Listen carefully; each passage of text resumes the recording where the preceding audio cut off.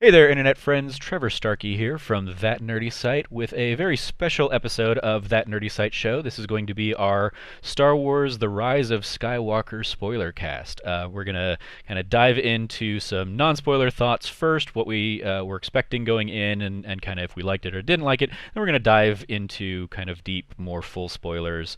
There will be timestamps in the notes and everything, so you will be forewarned when we're going to dive into spoilers. And yeah, this should be a fun little episode. It's our first time doing one of these.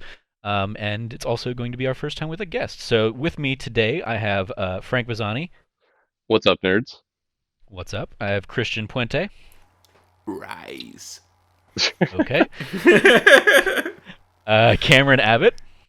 Hey, what's going on, nerds? What's going on, Cam? And our very special guest, Josh Silverman from Constantly Calibrating. How you doing, Josh? You guys do timestamps? Wow, fancy.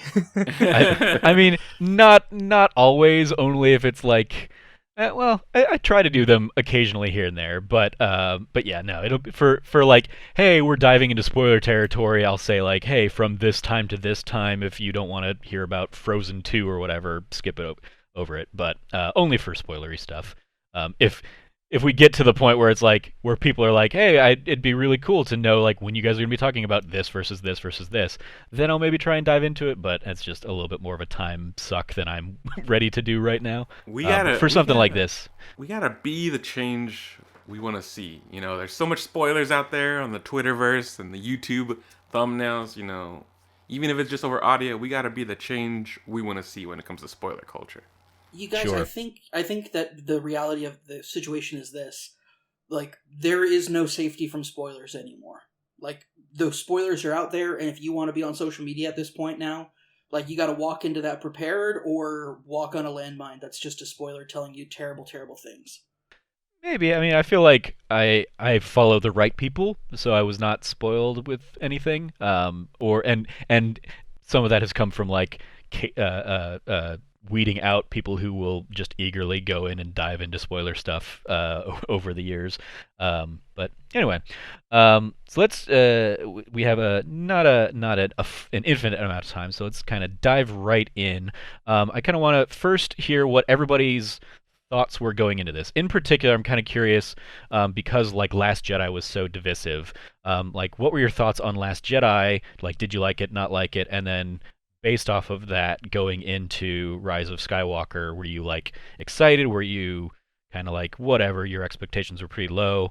And then we can kind of dive into what you actually thought. So Frank, let's start with you. What were your kind of take on the last movie, and then kind of coming into this one, what were you expecting? Yeah, so there's definitely like starting off with the last movie. I like The Last Jedi, but there's not, or I should say I like parts of The Last Jedi, but there's definitely like a ton of parts I don't really like. And I don't even know if like I've only rewatched it once since I originally saw it, and I don't. That's one of the ones I feel like I have the least interest in just rewatching again. But going into this movie, I was very excited, and I definitely wanted to see how this all was going to end cap. And I had some theories about how everything was going to wrap up, some of which kind of like came true, and some of which didn't really live up to maybe what I like thought in my head. But I did really I like this movie a lot though. Like I personally really like this one. Cool. Christian, how about you? As far as The Last Jedi goes, I think it did more right than wrong.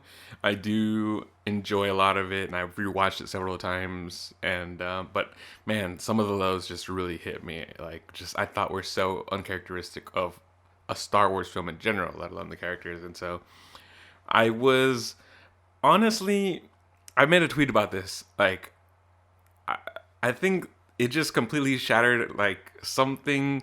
It just kind of let me loose, like, you know what I'm saying? It's It like when you freed have a you. It near set death. you free. Well, it set me free. I'm free. It's like when you have a near death experience and then you just kind of live life more. You're just kind of like, I'm happy to have another day. Like, it hit me so hard that I'm just like, anything is like, you know what? Fuck it. It's Star Wars, you know. Um, and I think also having been exposed to like the TV series and Clone Wars and Rebels, like I'm more exposed to the comedic and lighthearted side and goofier side and slapstick. I've just seen such a big gamut, and so just see that, oh, okay, we're gonna start seeing weird stuff on the big screen too. I just had to change the mindset kind of a little bit, and really, I had a pretty open mind. I had some theories, like Frank was saying, like from what fans have been saying and just my own speculation.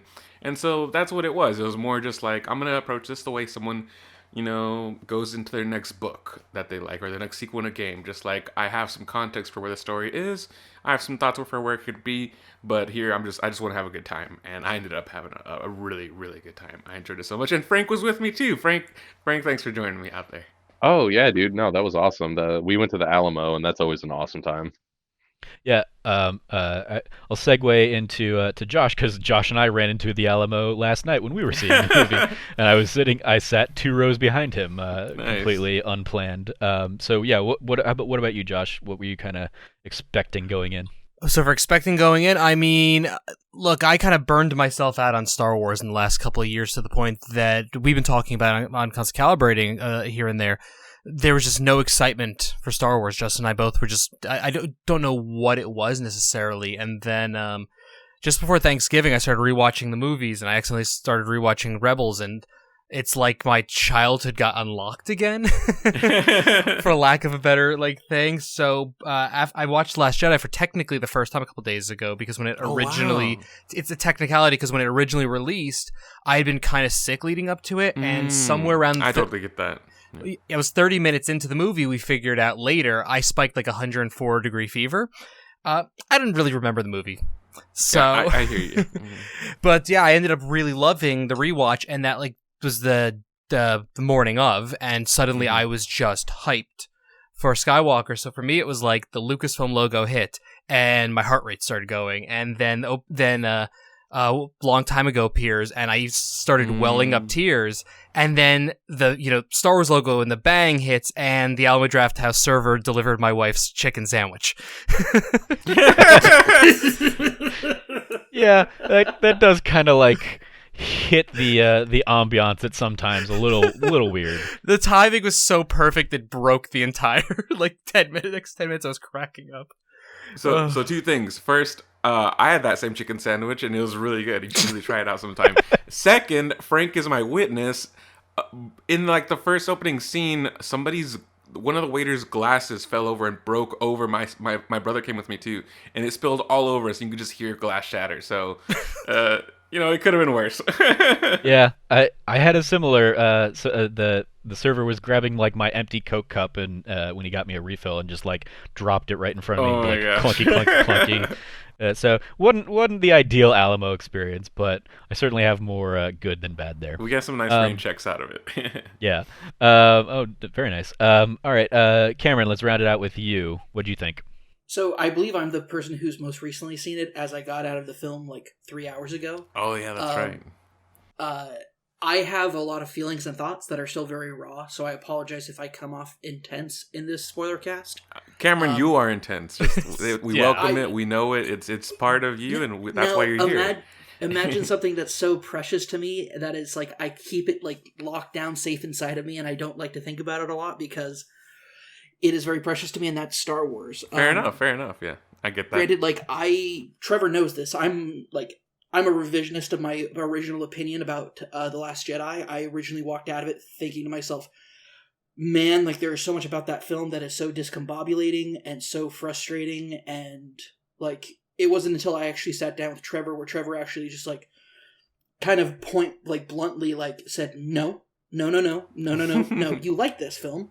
Here's why you like it. And I do like it. I mean, I don't think I did that. I think we just had a good long conversation, and you kind of you addressed a lot of your issues with it, and I was like, okay, I hear those issues, and here's kind of what my rationale of why that wasn't a problem for me, or why I liked it, or whatever.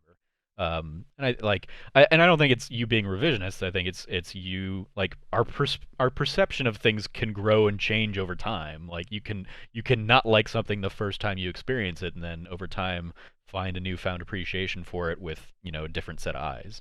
And I think more so I realized that by compartmentalizing pieces of the film, I found myself that I love the A-plot of The Last Jedi, the A-plot regarding Rey, the Force, Jedis, everything that is really that A-plot of that film is, in my opinion, thought-provoking, groundbreaking. It does so much to kind of address things in a way that is really what a lot of, I think, the fandom actually has felt about things like the concept of the Jedi Order that we saw in the prequels versus the kind of idealized version that is described to us in the original trilogy, and like I think it does a great job of kind of reconciling those two kind of different balances and looks at, the nostalgia look at the Jedi versus how they actually were that led to the corruption and rise of Palpatine. I thought that like everything regarding the A plot in it, I have several issues with the B and C plot that I've come to the conclusion that they should have just combined them, and also helped grow Finn and Poe's relationship. Spoilers here. I'm still very sad that Poe and Finn aren't together. So I'll just put that up at the front. Okay, I mean, I specifically said we're gonna have a section where we go into spoilers, and you could have just waited for that. I apologize. That's actually, I didn't consider that a spoiler because it's been it was talked about before the film. Like that wasn't gonna happen. Yeah, so. I got you on that, Cameron, too. The reason why, as soon as you started saying Finn and Poe, and I realized where you were going with that, that's why I didn't like intervene or anything, because that has been, if you're listening to podcasts like this, you're in the kind of circles that also checks out occasional headlines, and that's been in the headlines a lot. People confirming, and Abrams confirming himself that this relationship is not something to expect, but that he'll do something similar. But it's been it's been on the front line. So I'll get you on that, Cameron. That I totally get. That's why I didn't stop, because I have seen that in the headlines a lot recently. All right. I appreciate that. But I will say that from my perspective, coming into it was, I'm really curious to see what JJ takes from this, what he kind of reflects on, and what he chooses to include, what he chooses to kind of, I don't want to say, I think he did a great job of not retconning anything so much as like, oh, it was going this way in Johnson's movie, but in my movie it's going to go this way instead. So he zigged and now I'm going to zag it. And that's fine. But I think that what I'm walking away from Rise of Skywalker feeling is there are some incredibly impactful, beautiful moments that really, I think, will define this trilogy, this sequel trilogy for its benefit. I think it cements an incredible it cements a lot of incredible moments and triumphs, but I also think that it does a lot it fails in a lot of aspects that I wish it wouldn't have. And I think the only reason it failed in those aspects is because it didn't choose to confront them. So. Okay. So for me, Last Jedi was it. I don't know if it's my favorite Star Wars movie, but it's up there in the certainly in the top echelon. I hear that a lot. Yeah, that's. I really appreciated the risks that it made, and the bold decisions that it made. That said, I also think. I often talk when I talk about Last Jedi that I think for me it has some of the highest highs in Star Wars, but it also has some of the lowest lows. We talked not too long ago, Cameron and I, about how I hate porgs. I think they are so dumb, and I appreciate that they were a necessity for filming production, and they had puffins or whatever on that island, so they came up with these porgs.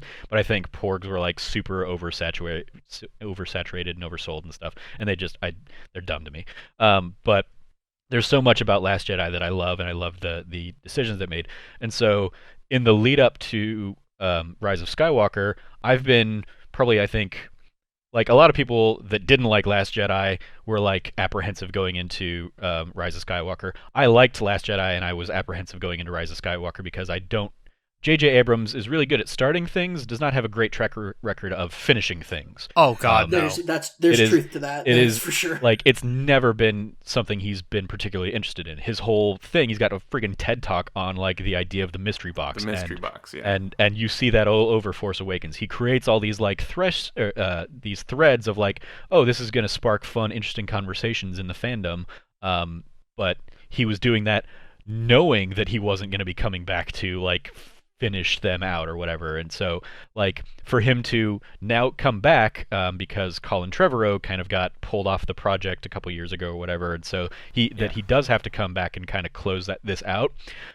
Some of the first images I remember seeing of the film were Kylo's mask forged back together, and I was oh God, so he's gonna the pendulum swung into what Rian Johnson did with Last Jedi, and JJ is gonna like completely try and like swing it back the other way and say like, Mm-hmm. you smashed this thing that I created. Well, I like that thing, so I'm gonna like rebuild it.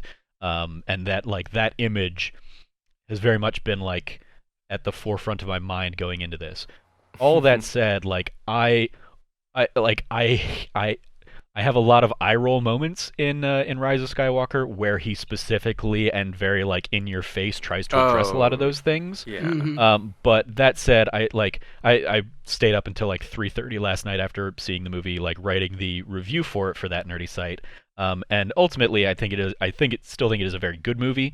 Um, uh, that is impeded by like an almost slavish attention to like the vocal criticisms and concerns about it's which other people are going to see as like fan service to that particular segment of the audience, instead of I think trying to kind of forge its own story and come up with like an ending.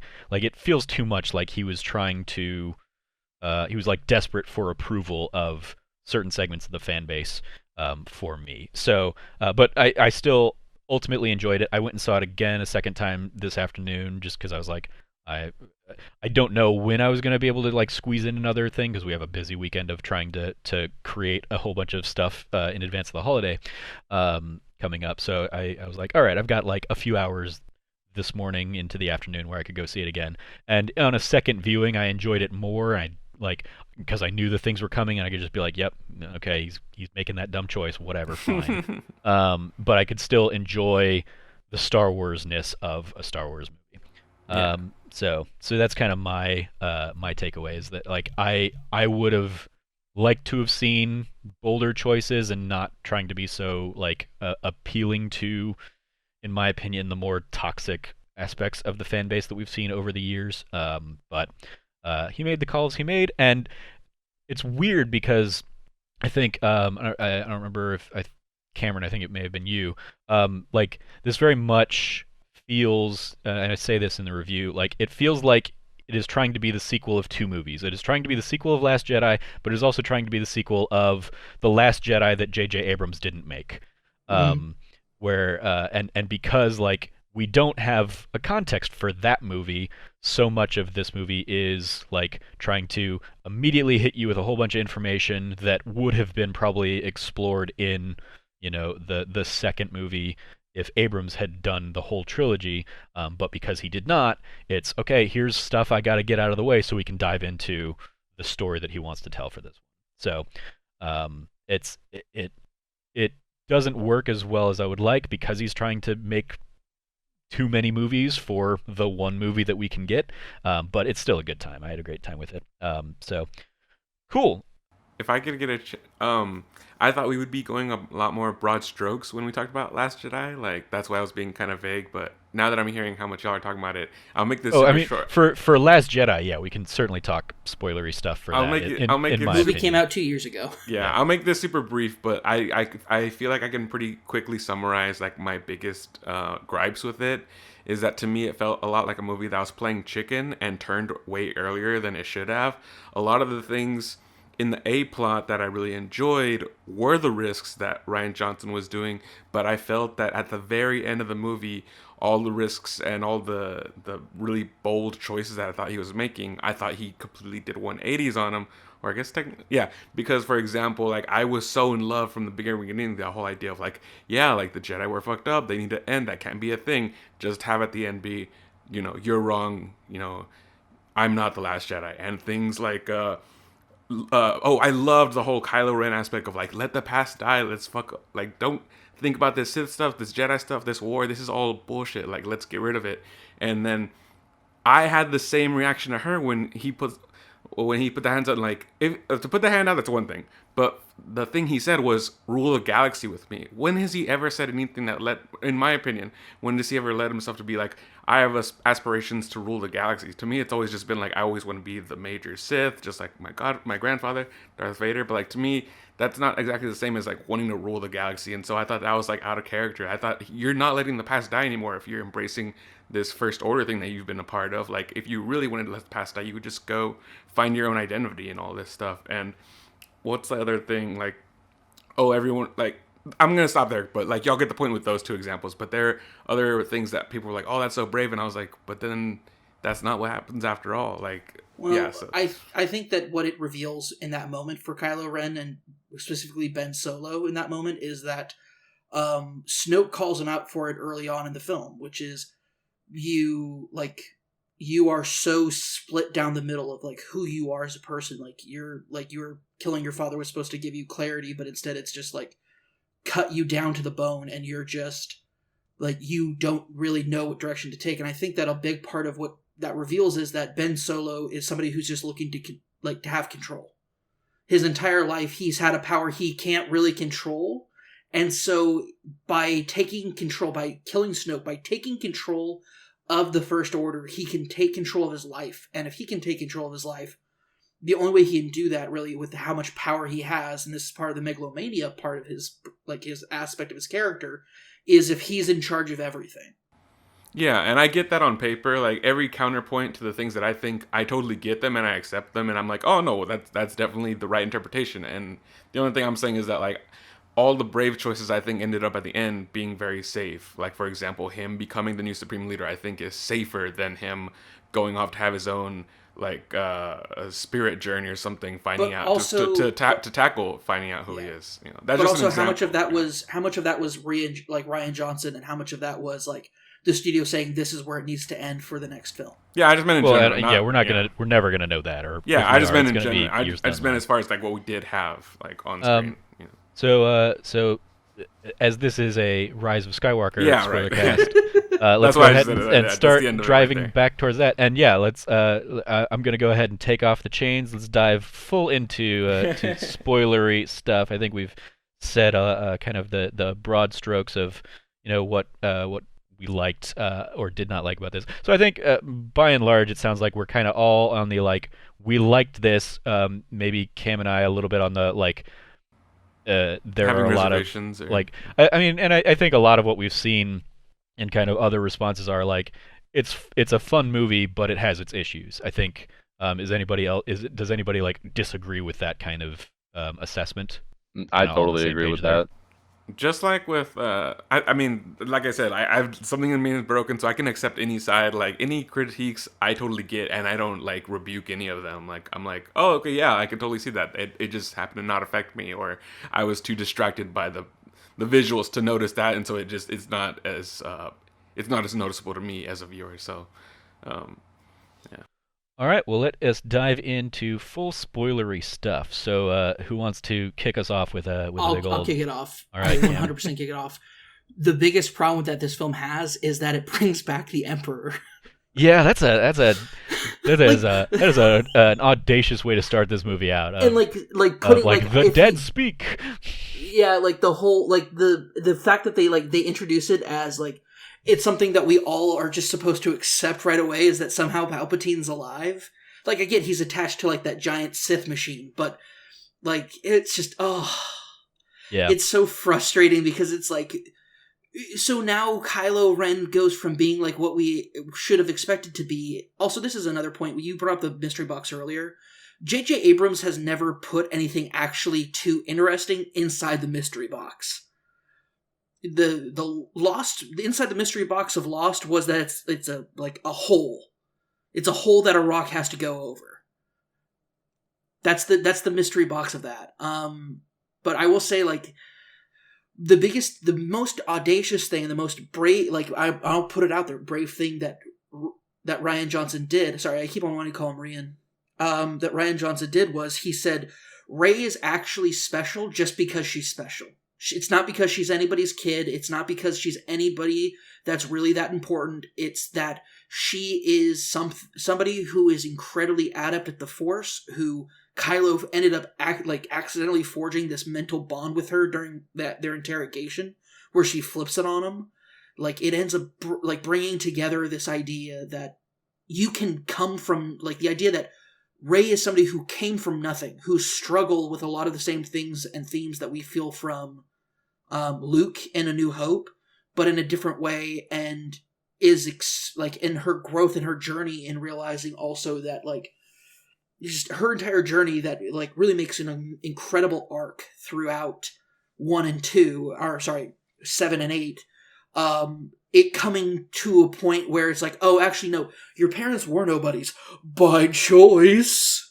Like, oh. Yeah, I didn't lie to you. It's like that was one of the many like eye roll moments for me, where it's like, okay, so like you're accepting that they had that conversation, but you are more or less retconning it to make her a Palpatine.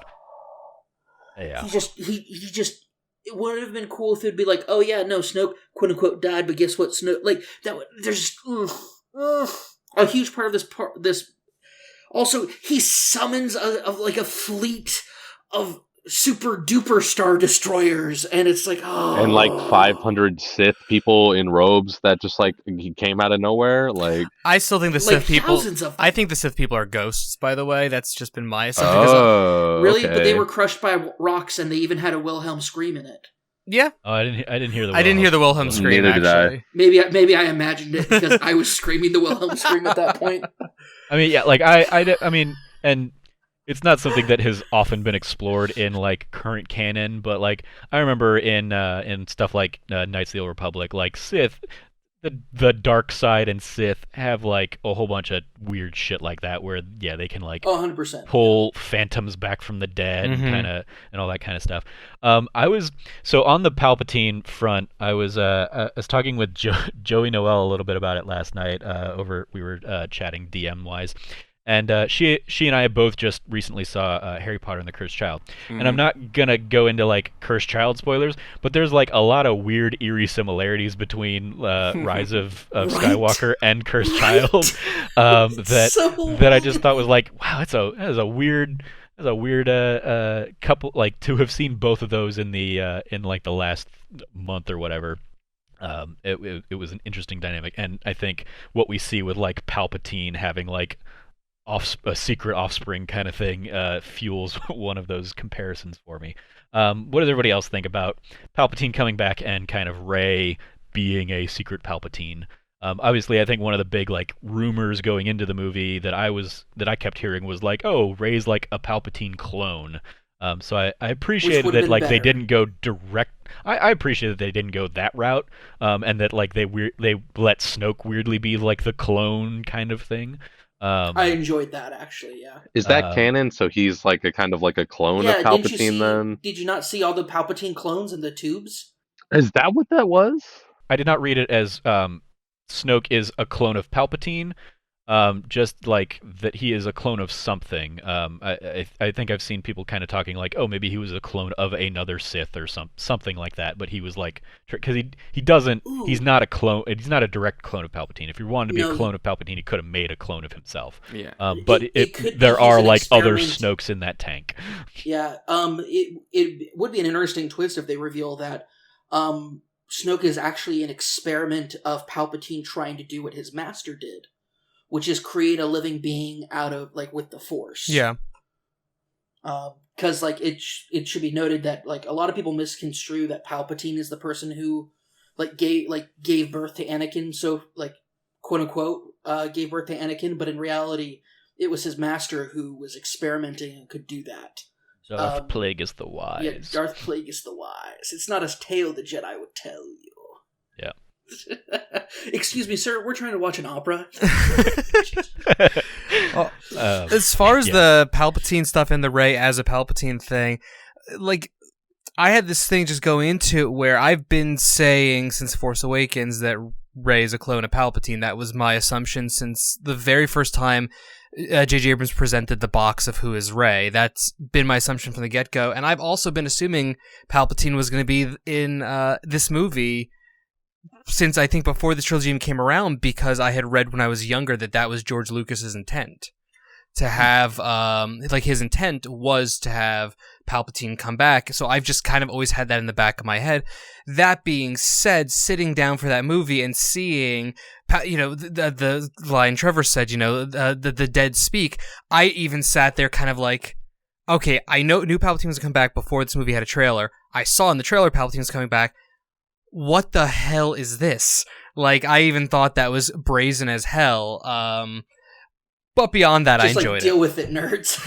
Yeah, it's one of those things. Like I remember because the idea of like Palpatine outliving Return of the Jedi, even in canon now, was introduced in Battlefront 2's story of like Palpatine as a like kind of a like droids carrying out Palpatine's like final orders and stuff. Mm-hmm. So I was like, oh, maybe it's something like that. Maybe they're gonna take that and bring that into the movies. Nope, like Palpatine just somehow survived that fall, and then the Death Star exploding, and then somehow also got to this like completely like out there planet that nobody else could find, to be restored by the people that were just also hanging out at Exegol.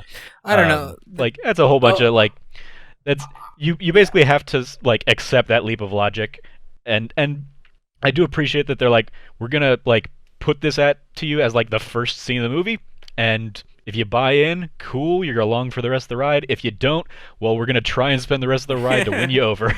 we're not gonna like hold this back and then like thrust it upon you halfway through the movie as like a big twist or something. It was just like out the gate, here's the new norm that we're going into this movie with, and you gotta accept it, I guess. I thought that was tight, by the way.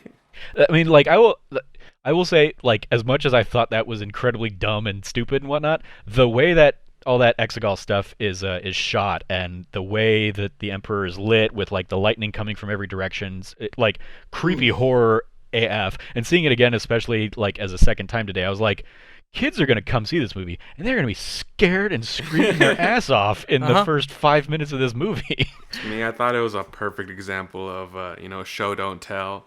Like, it was a silent film in and of itself. You ask anyone who's never even seen Star Wars, and they could just like, oh yeah, this guy's whooping ass. This guy's like, super evil. He's on a mission, and he's obviously looking for something. Like, the clues are there, kind of. So, I did want to mention before we move go on that in the original expanded universe canon, now Legends, now totally defunct, it was part of the original expanded universe canon that the Emperor Soul did survive, and actually he had an entire cloning project. So they had their own clone saga in the original expanded universe.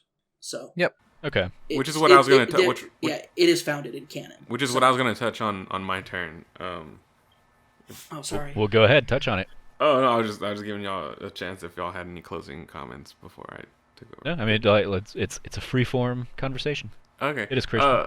No, but yeah, like everyone was saying, like that's been in canon for like a long time. Like, I think one of the first things you do when you finish the trilogy as a child is you go look for more, whatever you can find, comic books, toys, books, and things like that. And like, yeah, I wouldn't read them. I'm gonna say that up front, but I liked looking up the summaries and reading the backs of the covers. And yeah, I found out very young that there's this whole kind of side story where the Emperor has clones of himself, and so when I found out he's coming back, I was like, oh, like, yeah, just like back in the day. Like, for me, it was like an homage, or more than anything. So it was really easy for me to take a lot of those leaps in logic, just because a lot of the stuff I've already seen. Like Thrawn being in Star Wars Rebels, it's kind of like it was so pulling from canon to but putting a new spin on it. I can appreciate that, but I would also like, it hasn't been introduced in proper canon until here, and it's like you're just supposed to accept that all of this has been happening, but we've gone through and you've had like 5 hours with these characters plus all of the miscellaneous spin-off comics and other books and stuff like that hasn't introduced this idea into it yet, and it's just like, okay, here in the first 5 minutes you're expected to understand that this has been happening for the last 35-ish years and just go along with it. Yeah, I totally get get that it's not set up at all for people who maybe only watch the movies, who are like, even they could be big Star Wars fans and still not even play the games or even be aware of the peripheral stuff. So I just happen to have the benefit of the background knowledge, but I totally get the critique of like, it's not set up. I totally agree. Yeah, as just the movies by themselves, that's not nearly set up enough. I just happen to have the benefit of having that little bit extra. And that's one of those things I'm thinking of when I think of this movie as like a sequel to a movie that never got made.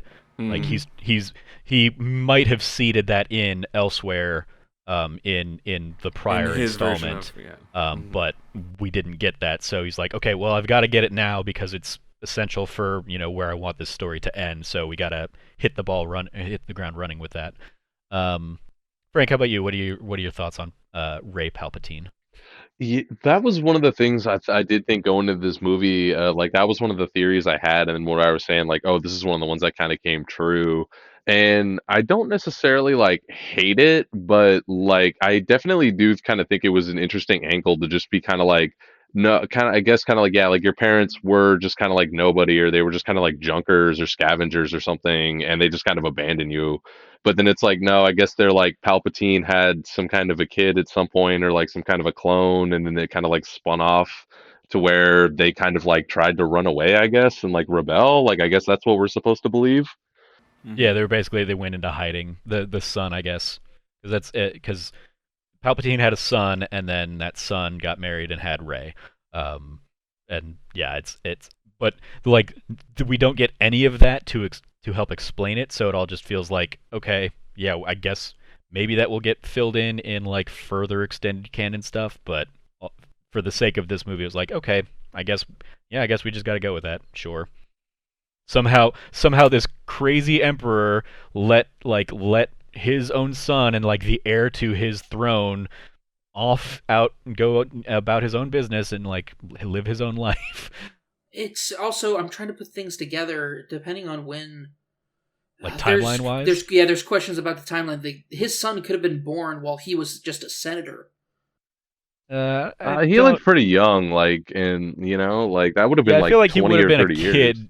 I feel like he would have been a kid, like kid to teenager, probably when the emperor died, based off of the ages of people. But that's again like it. All we get is like a few little glimpses in flashback, and we're having to try and like flesh this out and make sense of this. Uh, Um, it's and so And it's tough.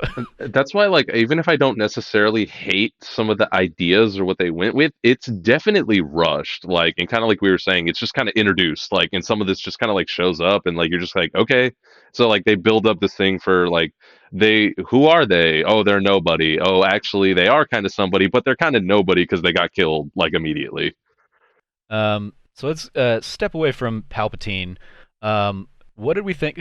So one of the things that I kind of took issue with this film is like we get the kind of core cast together, and Hmm. every time they're together, I loved it. I thought Oh like all their man, oh yeah. chemistry and so everything is good. like magnetic. But then we also spend a ton of time introducing so many other characters in this But I movie. love them all. And like that's the thing. Like I like all those characters, but it helped further like disseminate the focus of the film so Hmm. that like we Agreed. get like I as much as I like Jana as a character, I feel like you could take her out of the movie and have some other like little plot thing in there, and you still have Finn's story play out more or less the same. Versus like same with Zori a little bit, the Kerry Russell character. Like I appreciate that they give our characters a little bit more to play off of, but they also draw like attention away and time away from an already very rushed story. So I feel like if we didn't have to spend time introducing these new people and then giving them moments with our kind of central cast, and pulling away from like the forward momentum of the story, we could have maybe had a little bit more time to breathe in that forward momentum. That said, like Kerry Russell has freaking gorgeous eyes, and like Oh, again, she did. the second time watching, I was just like, I am just enamored by this, and whew, I did not know that. I did not feel things for her before that, but whew. I know the exact moment you're talking about, Trevor. I thought she was super cool, but that's another one of those things that is, I feel like just randomly kind of like, I guess I don't want to say like rushed. Like, I feel like it's one of those things that they're just like, it's like moving the plot forward. Like, they go have her and Poe go have this conversation, and she's like, this is the exact thing you need for the next moment. And he's like, Yeah, and then he's like, come with. And she's like, no. And then he's like, and then later, like, I don't want to, like, I guess we're in spoiler territory, but then the Yeah, Yeah, we entire yeah. yeah. planet literally blows up, yeah, and then she just shows up later after you yeah, already explained that she gave up her only way off the planet. yeah. That's yeah. There were so many of those kinds of things. But yeah, that whole that sequence, like she struck me again, going back to this idea of like, oh, if JJ had made episode 8, like she strikes me as like she would have been a Lando type character that gets introduced in 8 and then they get reunited Has awesome moments. and but because we don't have that, you have to have that introduction and the little bit of backstory and the flirtatious nature that they have, which again, like, fun and enjoyable, but it still also detracts from other elements of the film that I would have liked to have seen, like more attention paid towards. To one of the things you were talking about, one of the things that that stood out for me in this movie is like there is just so much convenience in here. Absolutely. The most egregious case for me was when Rey pulls out the dagger as they're looking at the Death Star. And I'm like, oh yeah, I immediately am like, well, it's really convenient. They're standing in the exact spot that they needed to be in for the perspective of this thing to work. I also love though that like she has this moment where she's like, "What's this?" and like pulls out that section that no one's ever noticed before for some reason. Yeah, like that was like I can appreciate some of these other things being like, okay. The kinds of things that, like, if you think about them much later, you'll start to pick them apart. But, like, it happened instantaneously for me in that moment, in like, that one, where I was just like... a dagger that everybody's been holding like a dagger, and then all of a sudden there's this weird hidden compartment that she just noticed. And it's like, what? Like, even that, like, I liked that. I liked that it was like an Uncharted puzzle, effectively. I just didn't like that they were already exactly where they needed to be for it to work when they realized what it needed to be. Like, that's the thing that just jumped out at me, is like, how...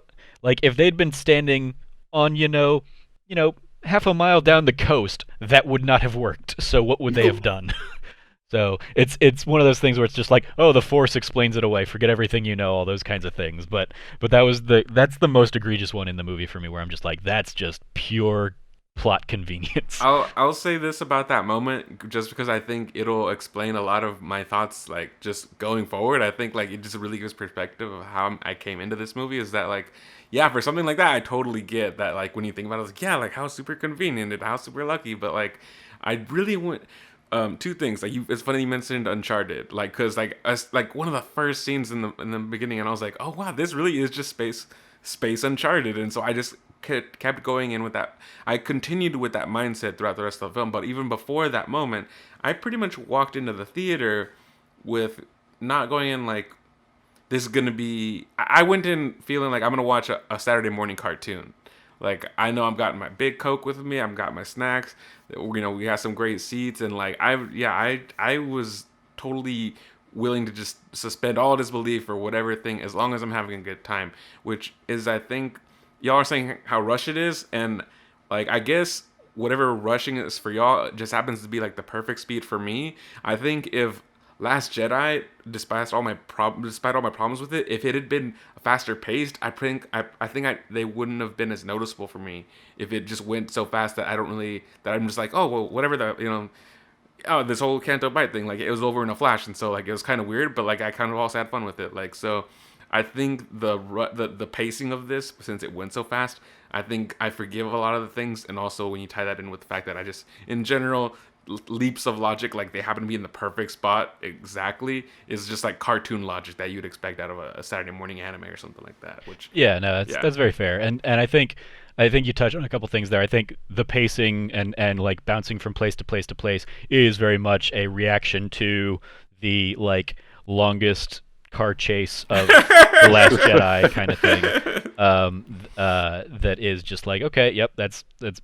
And I freely acknowledge that is one of the issues of The Last Jedi, is that like this weird, like super fabricated slow speed car chase kind of thing that is the central core of that that dynamic. The analogy I made in my review is like the scene we get at the beginning of the movie with the Falcon light speed skipping, where they like I love that they kept I love that part of your I love that they kept the hyperspace tracking, and they show that there, where it's like they skip and the TIE fighters immediately like follow them into hyperspace. And so the way they have to do this is by like bouncing from planet to planet to planet, and you see, and I counted it like to confirm when I saw it the second time, they go through 4 different planets in like 30 seconds. Dude, that was so tight.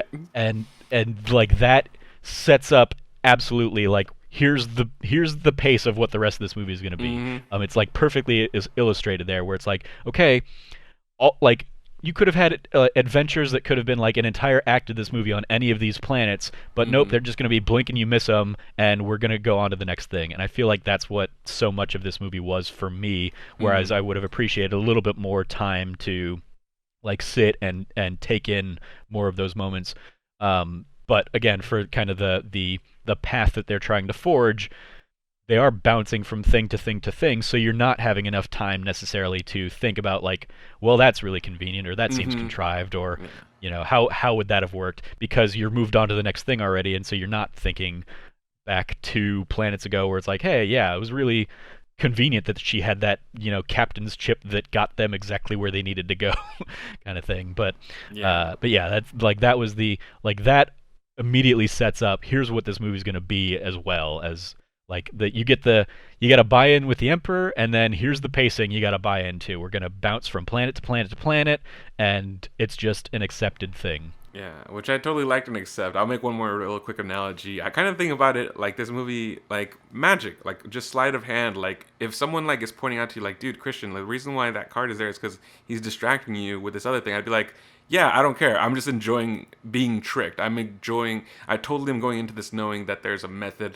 that's manipulating me to have this reaction, but I'm such a fan of that reaction that I'm here for it. You know? Yeah, and for me to that analogy, it's not that like somebody's showing me, it's I'm seeing the trick. So the magician isn't performing the trick in a way that like tricked me. I totally appreciate my that issue. Because that is, just to talk as a filmmaker, that's the signs of a good filmmaker, is that the audience shouldn't be noticing, you know, the technicalities. They should be so, you know, the story should hold up strong enough to where you don't experience that. And so that does speak to, this definitely is a movie with faults. Despite all of my praise for it, it definitely has it, you know, there are definitely cracks, you know, in it. Yeah. Josh, as our guest, I want to throw it to you because the reason I reached out to you to bring you on was you specifically put out a tweet of like, I want to be on a spoiler cast. Somebody, I have thoughts, please, please talk. Let me talk to you. So, what did you want to bring to the table? What's something that you wanted to kind of discuss about the film? I mean, like, I mostly just want to talk about it because is the end of, you know, this saga, for better or worse, for, you know, regardless of issues. And I am a person who comes into Star Wars with a very simple thing, and it was my first tweet I made as soon as the movie ended, which was simply, I like Star Wars.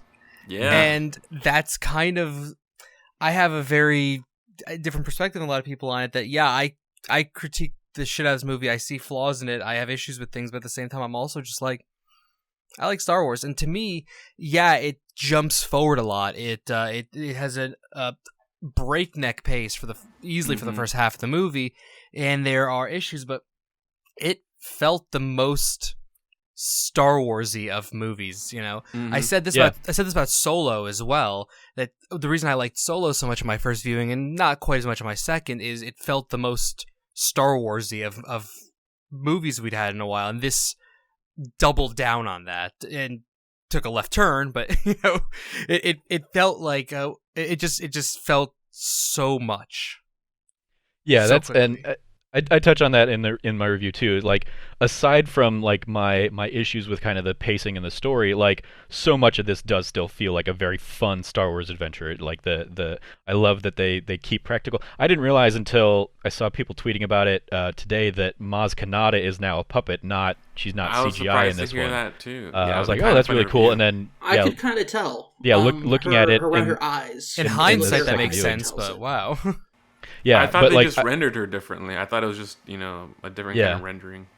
But no, like I appreciated that. I appreciate the continued insistence that we've seen in this the trilogy of like going more physical. It's still all very much a reaction to the last or the prequels all being shot on like completely 100% green and blue screen. Yeah, like going and going to locations and like there's a visceral feel of it that feels Star Wars that I very much appreciated. And of course, John Williams' soundtrack is phenomenal. So good. The look and feel of all the planets and all the styles and designs and ships and all that stuff. I absolutely love the Star Wars-ness of this. For me, me saying is a good movie is not like tearing this apart. It is like it is a good movie. I think it could have been a better movie if it wasn't trying to be all of the things that it's trying to be. And if it had like picked one or two of those things to really try and focus on them, I think it could have been better while still also being all that great Star Wars stuff. But yeah, it's like the in particular the lightsaber duel that they have while Rey is on the ship and Kylo Ren is still on Kijimi. Like using the that was kind of good. the Force talking that got introduced again. They respect Last Jedi enough to respect that these two characters have this connection and can like make things cross distances and can interact with the worlds despite being not in the same place. I love that they have an entire lightsaber duel in those split like locations. that was Yeah, so it was cool. awesome. And I didn't catch it the first time around, but like watching the second time, like the locations shift. Especially there's like one specific image I remember of like you see Rey on the planet's surface, and as the camera turns, you see like the walls of Kylo's city. room appear, and so Oh, like she moves from like one location to the other in the same shot. But the fact that like they have that whole duel and it ends with like the revelation of Kylo recognizing where she like, oh, that's where you are kind of thing. Like that is one of my that's up there with the throne room duel from the last movie as now one of my like favorite lightsaber duels of the entire series. So I very much love that we get stuff like that. I put this in the review too. Like JJ definitely feels emboldened by the risks that Ryan Johnson kind of took. I think you have a lot bolder visual imagery in this film than we saw in Force Awakens. And I feel like so much of that comes so from that JJ could run. yeah, yeah. So I love that, and it feels just it takes Star Wars and makes it more Star Wars for me, making those iconic images and shots like bigger and bolder and like even the ice planet that we start out on with the Falcon, like you see the Falcon kind of going to that glacier thing that was in the trailers and stuff. Like that is just a gorgeous shot, and we get it for all of like a second. It is very much like here's an image that you like. So many shots from this movie could just be like wallpapers on laptops or computers and stuff, and just like that's cool. Where is that? I want to go to there. And it's like, oh, that's in Star Wars.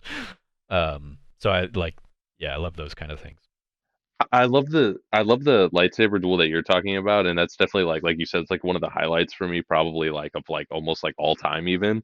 And I also really liked the lightsaber duel on the like the crashed piece of the Death Star with like the waves crashing and they're doing Yeah. like backflips over like when she like pushes Finn away and is then basically just like jumps to the other part and then Kylo follows her where like he can't get to. Like I definitely I love one of the things I feel like I love about some of the fights is like those crazy jumps and like stuff like that. It weird when that happened. It weirdly enough, I was like, oh, this is going to be like a I have the high ground moment, you know, where they're like jumping back and forth and just like fighting. Yeah. I do want to take a moment to address. We brought it up once again. I think that such an incredible like performances by all of the actors in the main quad, the four of them especially. But I think that Adam Driver's performance as both Kylo Ren and Ben Solo in this film are, I will say, the story of Kylo Ren and Ben Solo in this film is by far possibly one of my favorite threads from what we got from The Force Awakens through all of this to the point that we get to kind of that moment on that piece of the Death Star between him and Han, and it's just there's so much about there's so much about those scenes and his journey in this film, and Adam Driver's ability to project strength, like a way of strength for Kylo Ren, but then in these very close, intimate moments with Rey, be Ben Solo. And I want to just give it, because we brought this up, the that scene where they're on the Death Star and the piece of the Death Star, and he has her waypoint, the thing that she needs, and he just is like, no, and it's just such a great moment of where he's like, you don't get this, like, I know, like, I told you something that you can't walk away from, like, this is the truth, and we're gonna have it out here, and the moment where he like feels his mother's love and just like stops. And it's so good. It's so good. I think that fight scene, the way that it culminates at the end, I actually am not a big fan of that fight scene on the Death Star piece until you really get to those final moments with it. And then for me, that's what elevates it versus the jumps and I think it's great. It's not even just like the jumps, but I just love everything they're going for. Like they're just having it out like on this, and they're both like they have that moment where like it's emotional, and they're even like they're if anything maybe like they're angry like, and she does like I love that moment when she turns her lightsaber around like Kylo does and does like that back like that slash like.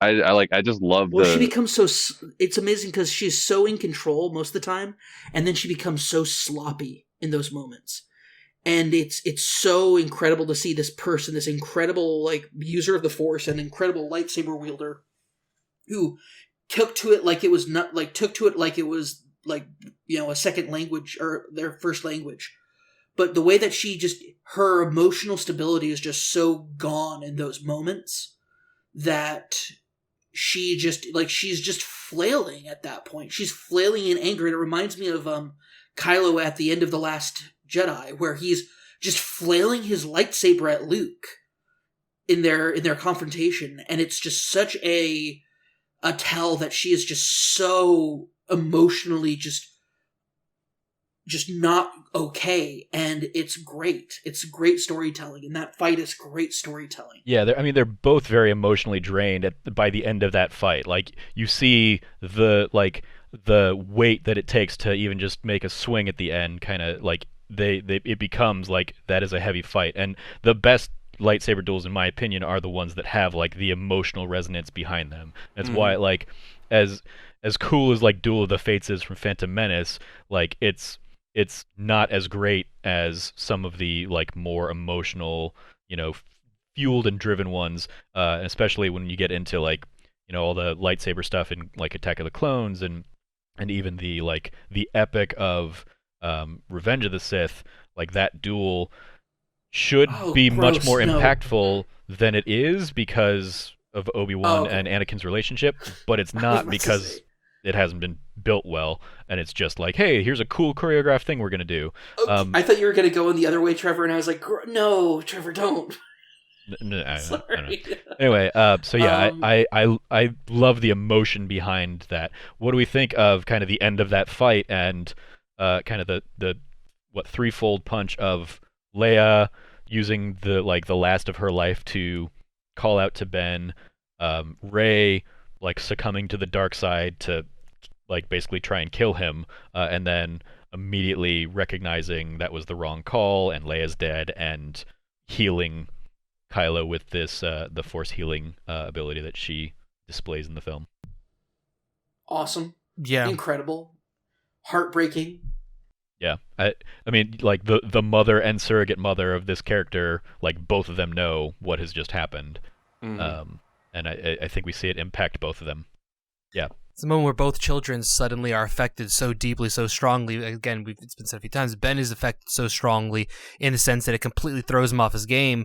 Rey, it's this burst of emotion which is already kind of tapping into this massive amount of aggression to eliminate Ben in this moment, that she gets, then, the aggression subsides and she gets the true effect of the emotion of essentially losing her parent as well, losing her master.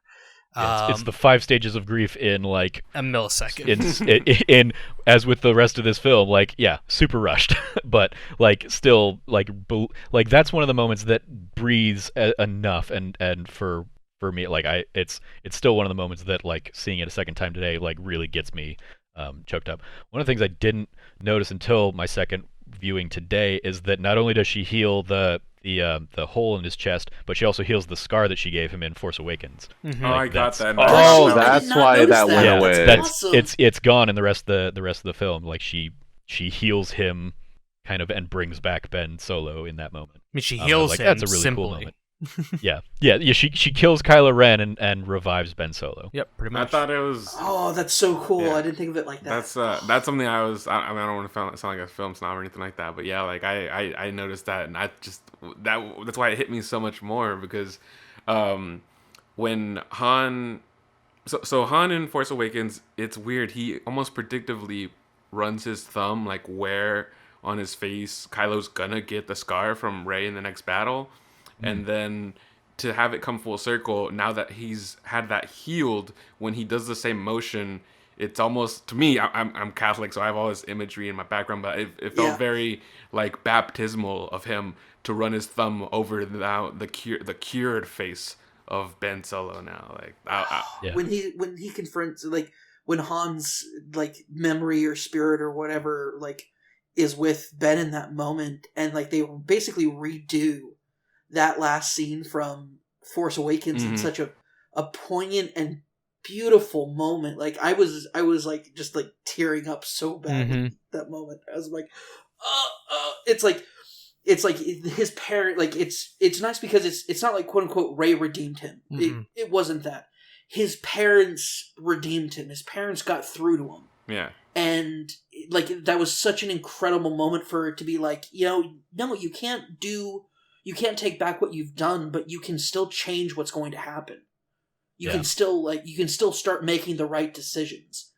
And I think that that's something we didn't get very much with Darth Vader in his quote-unquote redemptive moment in the Return of the Jedi, but that we get to see really in a much better display throughout the rest of Rise of Skywalker, even though we'll get into the end at some point here. Well, you mentioned Darth Vader. I've said this for years, and I really felt strongly rewatching Return of the Jedi a week ago, is people always talk about the redemption of Darth Vader, and I've never felt that was that much of a redemption. I felt it was, and I say this really strongly as someone, like, since I had kids, I felt it was just a father being like selfish and being like, no, fuck you all, I'm going to save my son. That this is not, it wasn't necessarily, I thought, honestly, Vader saving Luke was just another quasi dark side act. So let me go ahead and take a spin on that here. So when we say redemption, Vader's redemption isn't that he's forgiven. Yeah. It's not that he is forgiven, it's that for the first time in so many years, he decides to like put somebody else ahead of his ambition and the Emperor's ambition, and putting somebody above the Emperor. It's a moment that is him making the decision to be Anakin Skywalker and not Darth Vader, the like gimped out robo space Nazi. It's him choosing to be a father. It's him making a decision that I'm going to save my son. And it's not like, oh, I'm saving my son, I'm so like I'm forgiven. No, it's not about forgiveness. It's about making the right decision then and there, and making the right decisions going forward, which is what redemption really is. Redemption's not equivalent to forgiveness, and I don't think that that's really the message here.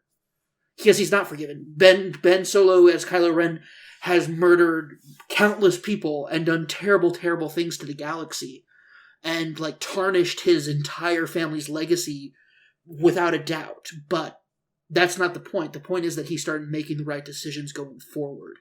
And he'll never be really forgiven for what he's done, but that's also part of what making that hard choice that he talked about to his dad. I don't know if I'm strong enough. Can you help me? And it's like, of course I can help you. Like, this isn't his father like he says this is a memory. This isn't real. It's not that he's being forgiven for what he's done. It's that he is going to start making the right decisions going forward. And that's his redemption. That's really what Vader's redemption is as well.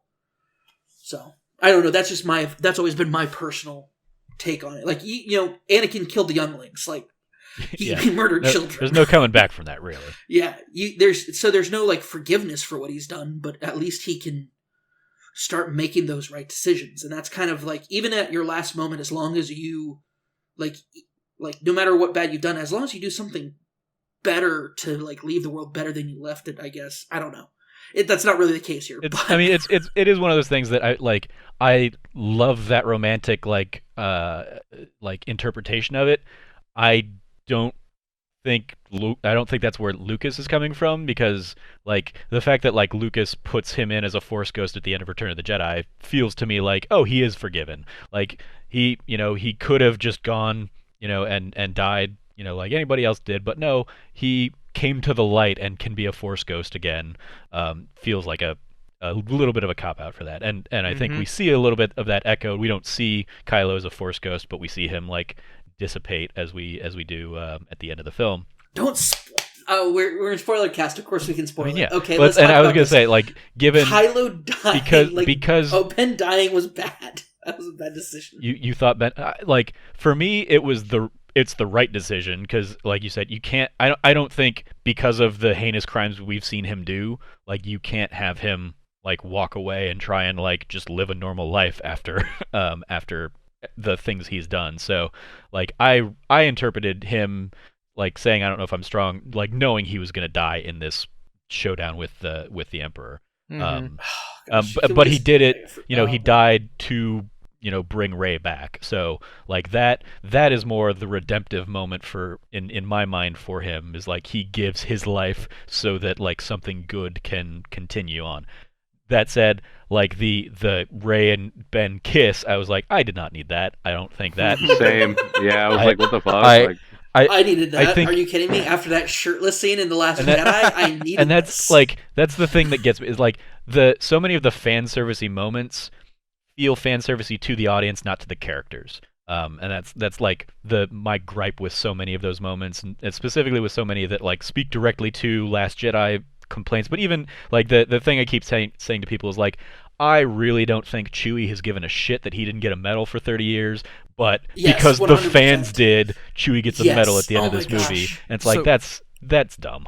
Trevor, so you're 2 rows behind me, did you hear the guy next to me laughing at the medal scene? Because the guy next to me, Chewie gets the medal, the guy next to me laughed so fucking hard. I sincerely thought I was gonna have to get like a medic in there, because he's just clutching his chest, cackling. I'm like, this man's gonna die next to me. Like it's because he realized how stupid that moment was. Oh, it's literally again. I love the movie. That moment is dumb as hell. Also, Chewie canonically gets the medal.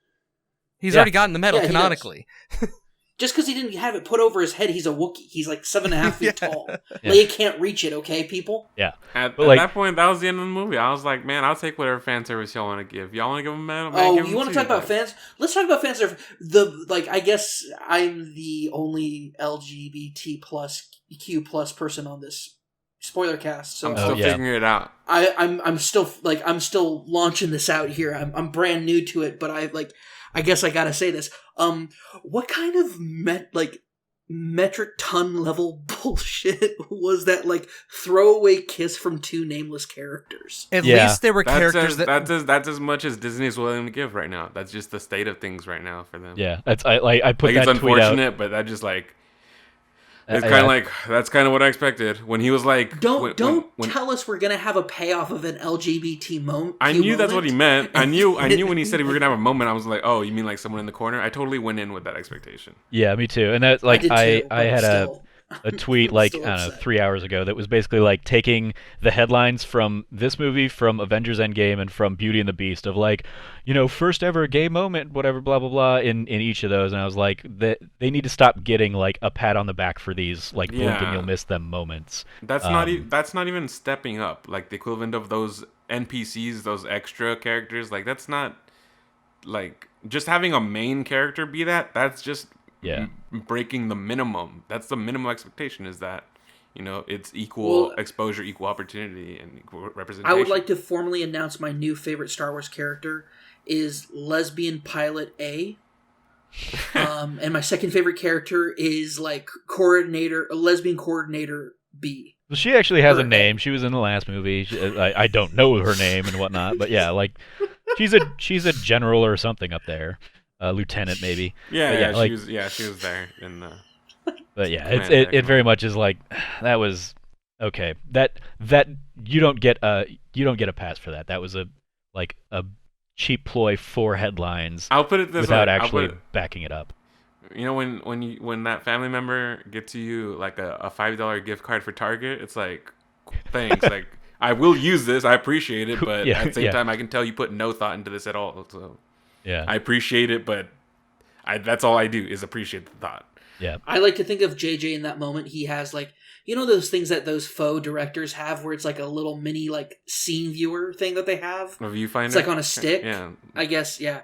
I can imagine him just like sitting there like with it framed and be like, okay, now Keese. All right, ladies and gentlemen, that's our LGBT moment, guys. Congratulations to everybody on staff. We did it. Yeah. Progress.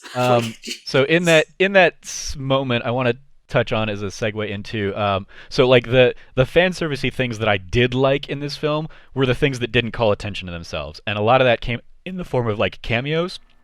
Well, yeah, so- those are more like Easter eggs. Well, yeah, I guess. Easter eggy things. Like, so in the what triggered it for me is in that whole celebration sequence. Like I saw today when I was rewatching, Lin-Manuel Miranda's in there as like okay. a random pilot. He's like celebrating with everybody. But some of the one that I loved the most watching it last night for the first time was seeing Dennis Lawson come back as Wedge Antilles. Yep. Yes, I that was didn't so catch good. that. like- I heard love about it, but that, I didn't actually. catch that.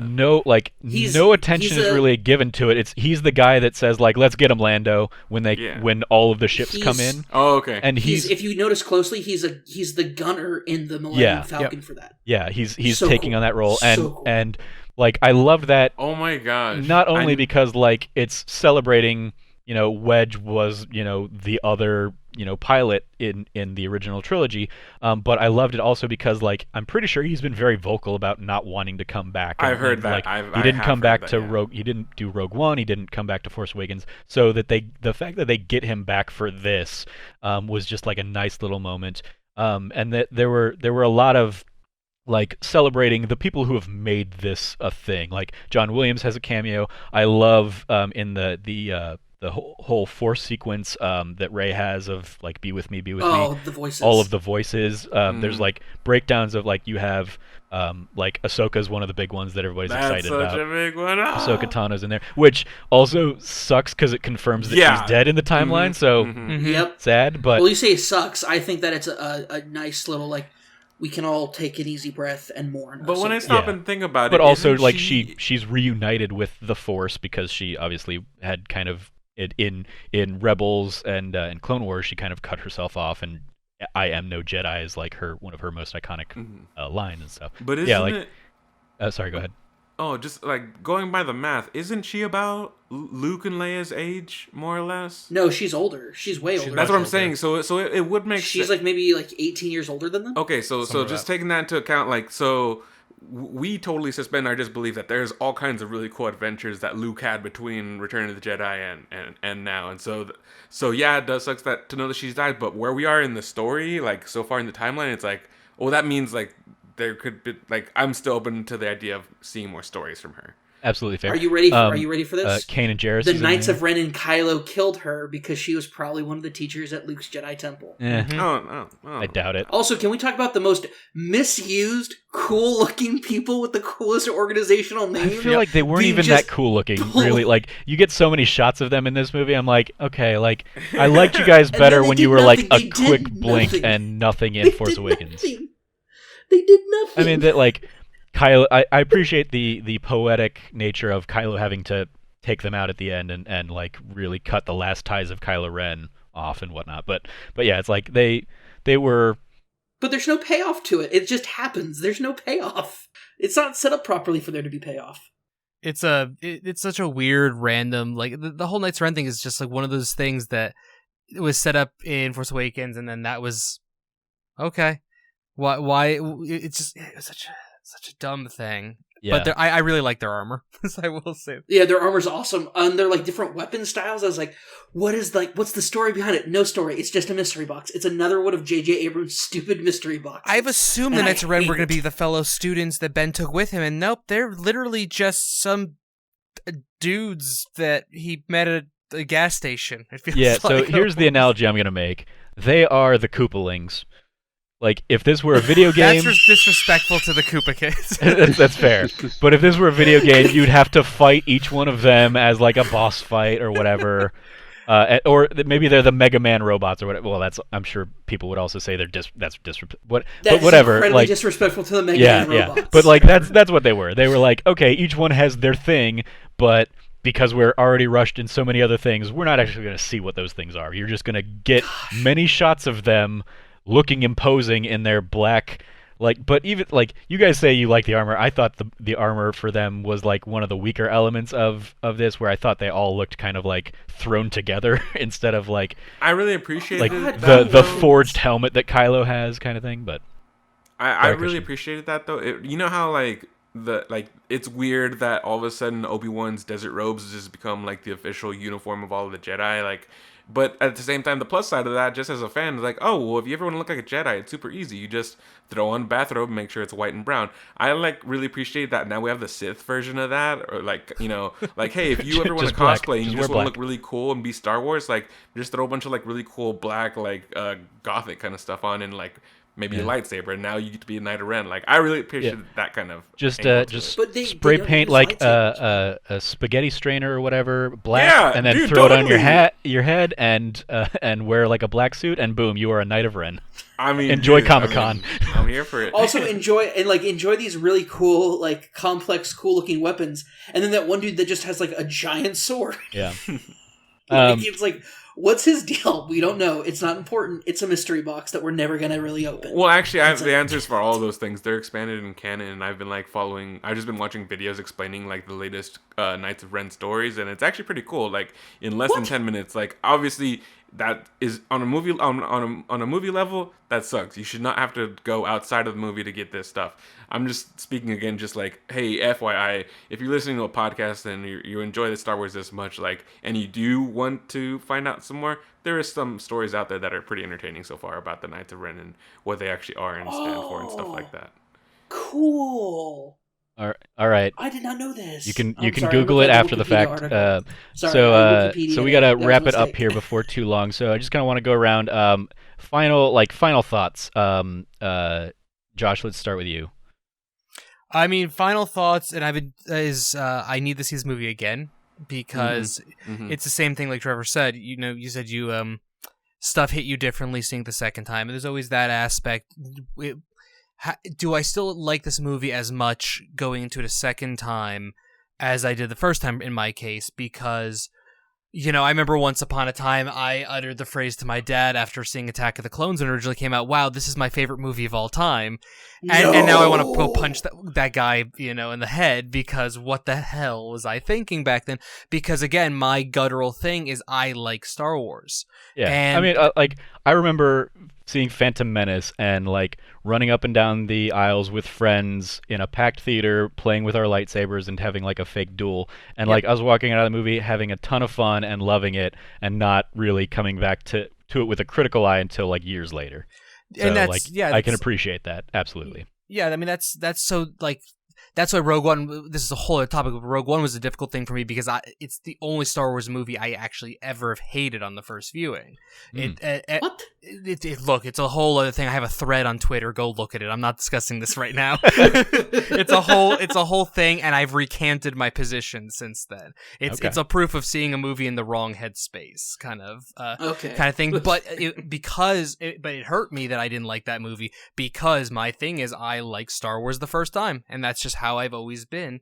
So for this, I need to see it again. That being said, my final thoughts were, when I think back, yeah, there are some dumbass moments in this. There are some rush aspects. I agree with Trevor that this feels like J.J. Abrams writing a sequel, creating a sequel to a movie he never actually made. I agree with all that, but I still love this movie, and it's still very likely in my top 5 Star Wars films. And if nothing else, I think of Han saying "I know" to Ben. Yeah. And it Oh, literally that's so good. ruins me completely and utterly. Like, I did not sleep after seeing the movie because I kept my 20-month-old was in bed with me, and I kept looking at this baby, and I could not sleep because that scene just kept repeating in my head. Mm-hmm. Nice. So Uh, I like the movie. Very cool. Frank, final thoughts. I definitely really like the movie, and I definitely, kind of like Josh said, I want to rewatch it. But honestly, as of right now, this is kind of like my favorite out of this new trilogy, or kind of like specifically these Mm. last three movies, talking Force Awakens, Last Jedi, and this. This is kind of my favorite one out of them. Even though, like for different reasons, we've obviously delved into deeper. I think it's like deeply flawed, but I really Mhm. like it, and it's kind of like my favorite, honestly. Nice. I feel that. Christian. Christian, final Um, thoughts. Oh man, I absolutely loved it. Blessing our friend, those who are listening, a friend of all of ours. Blessings tweet about it being anime. Yeah, his tweet about this being so anime, and that's totally right. And the more I think about it, like this really is a really fast sci-fi anime, just like Fooly Cooly, Space Patrol Luluko. Like those are some of my favorite shows out there. Anything by Studio Trigger, which is just like pedal to the metal, really fucking cool. And that's what this movie was. And I'm actually, ever since watching it, I've been even more excited to watch it again. Leaving the theater, I don't know if it was just how late it was in the day, or I was like, man, like I loved everything about that. It was a little long, so I don't know if I can see myself sitting through it like on the regular. But now that we're talking, and that we've had all this, I've had all this time to marinate over the scenes again. Like it just feels like an album that I can put on in the background that I'm really enjoying, whether I'm paying attention or not. Whereas with Last Jedi, there's definitely moments I want to skip. Yeah. Yeah. So I really Christian, enjoyed this. Christian, I was actually saying, you reminded me of something. After the movie ended, my wife's best friend said, "Well, Josh, what do you think of the movie?" I said, "I loved it. I'm never going to watch the movie again as long as I live." That was because that was my guttural response in that moment. Was I loved it? Nope, done. I'm out. Kind of thing. But same kind of thing. It's like now, it's like I'm talking about it and actually thinking about it. I'm like, no, okay, I'll see. Yeah. Yeah. Cameron, how about you? I will say, like, I think so. I and like I mentioned at the top of this, I'm real fresh from that film. I have not had a full 24 hours to really think and ponder on it. I might come away with different opinions about certain things going forward. I don't think I'll ever recant that the Emperor being included was bad, but I will say that, and I'll go ahead and kind of like reiterate something that I wrote on Twitter. I guess is a good way to start. And by expressing how I feel, because I still feel very strongly about this, which is, so to quote myself, it's, upon further meditation, I am actually both much happier and unhappy with a lot of Rise of Skywalker. There are some parts that are my absolute favorite in the franchise, but others are so unbelievably woof. I struggle. My biggest takeaway is now I can honestly say I want to see where Rian Johnson would have taken things in a third film, or rather, if JJ had just kept a hand on the sequel, / just wrote and directed it himself to make sure the story ended, or the story he wanted to unfold happened coherently. Also, I maybe just have Finn and Poe be boyfriends. I don't know, it'd be cool. End quote. But I will say that I kind of stand by that, although I am a much more... When I think about it, I think that the best of this trilogy is when the four main characters are able to really shine and explore their story and going forward. And I think that the pitfalls of this film are when they introduce stuff that really shouldn't be the focus of the film. But I walk away from this film thinking, okay, depending on how I feel about it, it's either going to be my least favorite of this trilogy or like somewhere in the middle. And I think really The Last Jedi and this film are really tied, where I have a lot of these same feelings, but I feel like in the parts of this film, I love it way more than I love most parts of The Last Jedi. Yep. But I also think that The Last Jedi has much higher highs than The Rise of Skywalker. It's a good film. I think you rated it perfectly on your review. I think it has a 7.5. I think that it is a good to greatish film. Despite all the problems I have with it, it's still a good movie. It's still incredible performances. It still wells me up inside as I see this. Is there a moment where like I literally like lose my breath like there is in The Last Jedi when the general takes this uses warp speed to like weaponizes it to like tear apart another ship? No, there's never a moment like that. But it's just, you get to see these characters who have become the legacy characters take charge and take control and really execute a a really tremendous trilogy, I will say. So I think that'll be like that's my closing statement about both this film and the trilogy, I suppose. Cool. Yeah, I'm gonna also fall back to kind of my initial tweet that I sent out after seeing the movie the first time. I pulled largely quotes from the films, and I couldn't find one to match the second thing that I wanted to say. But like, obviously, from the last movie we got, "Let the Past Die." That was one of the most iconic moments of that. And then in this film, we get kind of JJ enforcing the idea that our past makes us who we are. And then also from The Last Jedi, I look at those two things as a tension, a balance that binds the universe together. The Force will be with you always. Like, as much as people will for years debate what would have been if JJ had done the whole thing, or if they'd had like a cohesive vision, I think the fact that we didn't, and we have JJ into Ryan's vision and then back into JJ Abrams' vision, kind of plays with the dynamic that runs throughout the entire course of this series, of a light and a dark. And I don't necessarily think one of those is the light and one is the dark, but it is like a dichotomy that we continue to see kind of explored throughout. And I think they work together in concert very, very well. Yeah, I very much I looked at that for like the first chunk of the movie. I thought about JJ basically saying, "No, don't let the past die," and I was angry with him for it. Of like, no, like it, you should try and create something new. But by the end of the film, I came around to the past makes us who we are, and that is, I think, what he's trying to celebrate. And so I think that's what we see in this film. I wish it could have been executed a little bit better, but all in all, I like Star Wars just like Josh, and I hopefully always will. So, thank you all for joining me today. I'll do a quick run the gamut. You can follow Frank at Irrelevant Jokes. You can follow Christian at Pixel Brave. You can follow Cameron at Rev Cabot. You can follow me at Trevor J Starkey. You can follow our guest Josh Silverman at Bear Punch, and also go check out at ConCal Pod. Is that correct, Josh? Yes. Constantly Calibrating. Thank you again, Josh, for joining us as our first guest for that nerdy site. It was lovely having you on. I hope we can have you on many more things in the future. And I love that you're like right down the street. And Cameron is now back on this side of town, so we can all hang out again. Yeah. Good. Thank you for joining us. Thank you, everybody listening, for joining us. We hope you enjoy Star Wars as well, because Star Wars is awesome. And yeah, as always, stay nerdy, be good to each other, and the Force will be with you always.